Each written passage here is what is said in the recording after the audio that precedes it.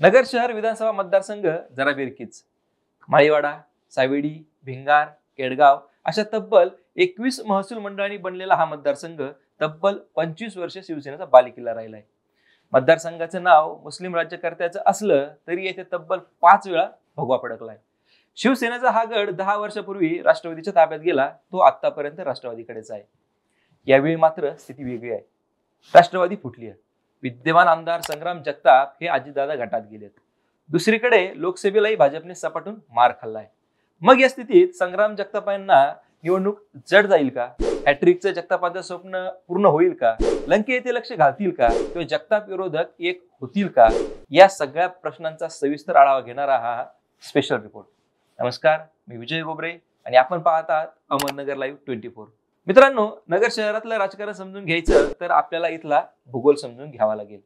नगरची मुख्य वस्ती जेवढी आहे त्यापेक्षा जास्त लोकवस्ती ही उपनगरांमध्ये आहे. भिंगार, नालेगाव, माळीवाडा, सावेडी, केडगाव अशी तब्बल 21 महसूल मंडळं आहेत.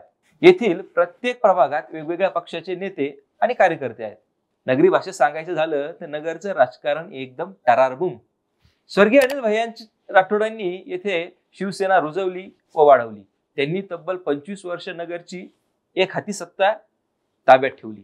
कोतकर, जगताप, कळमकर, कदम, गाडे एवढंच काय तर शिवाजी कर्डिलेंचं इथे जबरदस्त वजन.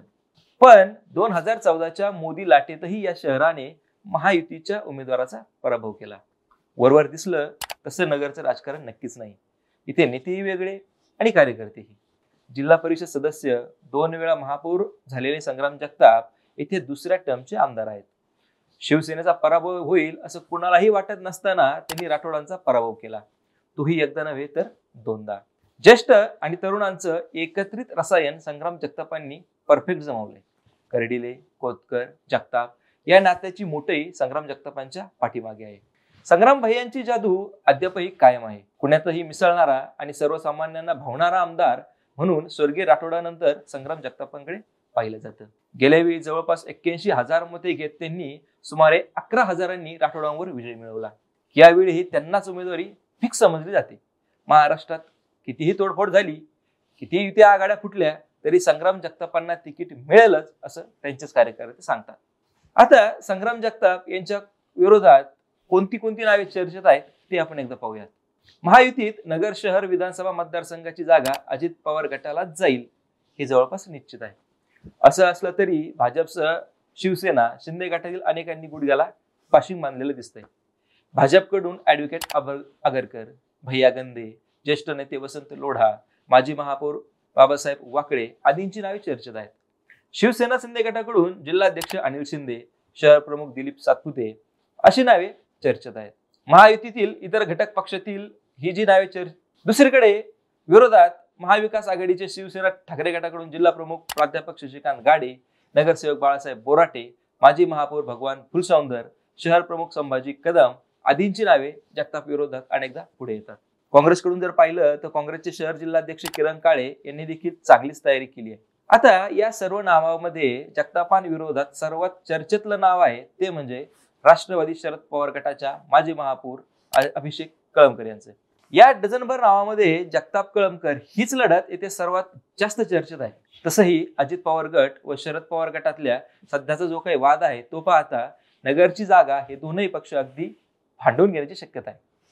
शिवाय लोकसभेला शरद पवार गटानं मारलेली बाजी कळमकरांच्या लढाईसाठी बूस्टर डोसचं काम करेल. लंकेशी असणारे कळमकरांचे संबंध विजयाच्या गोळाबेरजेत हास्याचे काम करतील. फक्त मराठा ओबीसी या वादाचा फटका जर नगरला बसला तर शक्यतो जगतापांविरोधात माजी महापौर भगवान फुलसौंदर यांना उतरवलं जातं अशी शक्यता आहे. आता काहीही असलं, संग्राम जगतापांच्या विरोधात कितीही नावं असले व संग्राम जगतापांच्या विरोधात कुणाची लढत झाली तरी येथे संग्राम जगतापांचं पारडं यावेळी देखील जड वाटतंय. संग्राम जगताप यांच्या आमदार होण्याच्या शक्यता जास्त वाटत आहेत.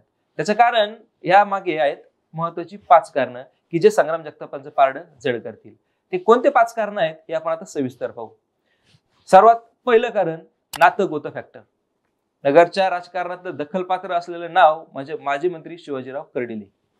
शिवाजीराव कर्डिले हे संग्राम जगताप यांचे सासरे आहेत. कर्डिले यांची दुसरी मुलगी कोतकर तर तिसरी मुलगी गाड्यांच्या घरात. कर्डिले, कोतकर, जगताप, गाडे ही चारही कुटुंब नगरच्या राजकारणात दखलपात्र. सोसायटी असोत, बाजार समिती असोत किंवा जिल्हा बँक असो, या सहकारातील मोठ्या संस्था त्यांच्याच हातात. त्यामुळे जगतापांना यावेळी बाजी मारण्याची शक्यता जास्त आहे. आता दुसरं कारण, विखेंची साथ. आपण आता झालेल्या लोकसभेचं उदाहरण जर पाहिलं तर कर्डिले, जगताप या सासरे जावयांनी विखेंचं अगदी प्रामाणिक काम केलंय. जगतापांना आमदार करणारच असं विखेंनी खुल्या व्यासपीठावर अनेकदाही सांगितलंय. शिवाय नगर विधानसभा मतदारसंघात विखेंची स्वतंत्र यंत्रणा आहे, वेगवेगळा गटही आहे, जो गेल्या 5 वर्षापासून कार्यरत आहे. आणि त्याची साथ जगतापांना मिळाली तर नक्कीच जगतापांचा विजय सोपा होणार आहे. आता जगतापांच्या विजयाचं तिसरं कारण, सर्वसमावेशक प्रतिमा.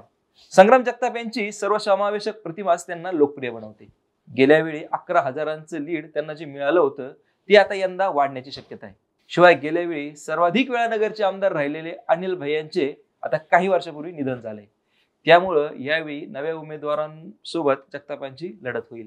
परंतु असं काही असलं, समोर कोणीही असलं तरी 2 टर्मचा अनुभव जगतापांच्या पाठीशी असल्याने ही निवडणूक त्यांना सोपी होणार आहे. आता संग्राम जगतापांच्या विजय होण्याचं जी शक्यता आहे त्याचं चौथं कारण म्हणजे महायुतीची ताकद. गेल्या लोकसभेला नगर विधानसभेतून सुजय विखेंना 1 लाख मते मिळाली, तर त्यांच्या विरोधात असणाऱ्या निलेश लंके यांना 74,000 मते मिळाली. म्हणजे जवळपास 31,000 मतांचा फरक होता. म्हणजे जगतापांच्या मतदारसंघामध्ये भाजप, अजितदादा गट आणि शिंदे सेना या तीनही पक्षांची ताकद वाढलेली दिसते. त्यामुळे शहरातील हाच मतदार विधानसभेला आपल्या मागे राहील अशी अपेक्षा जगतापांना वाटते. आता 5वं कारण, जगतापांनी केलेली विकास कामे. गेल्या आमदारकीच्या टर्मला नगर शहरामध्ये ऐतिहासिक उड्डाणपूल झाला. सुजय विखेंनी त्यासाठी प्रयत्न केला असला तरी जगतापांची त्यांना साथ मिळाली होती. शिवाय गेल्या 5 वर्षात जगतापांनी आपल्या मतदारसंघामध्ये कोट्यवधींची विकास कामे केली आहेत आणि हीच विकास कामे यावेळी जगतापांच्या मदतीला धावतील अशी शक्यता आहे. मित्रांनो, जगतापांसमोर नेमका कोणता उमेदवार असेल? जगतापांना ही निवडणूक जड जाईल का? तुम्हाला काय वाटतं हे आम्हाला कमेंट करून नक्कीच कळवा. आणि जर आपल्याला हा व्हिडिओ आवडला असेल तर चॅनलला सबस्क्राईब आणि व्हिडिओला लाईक नक्कीच करा. आता पुन्हा भेटूयात नवीन विषयावर. तोपर्यंत धन्यवाद.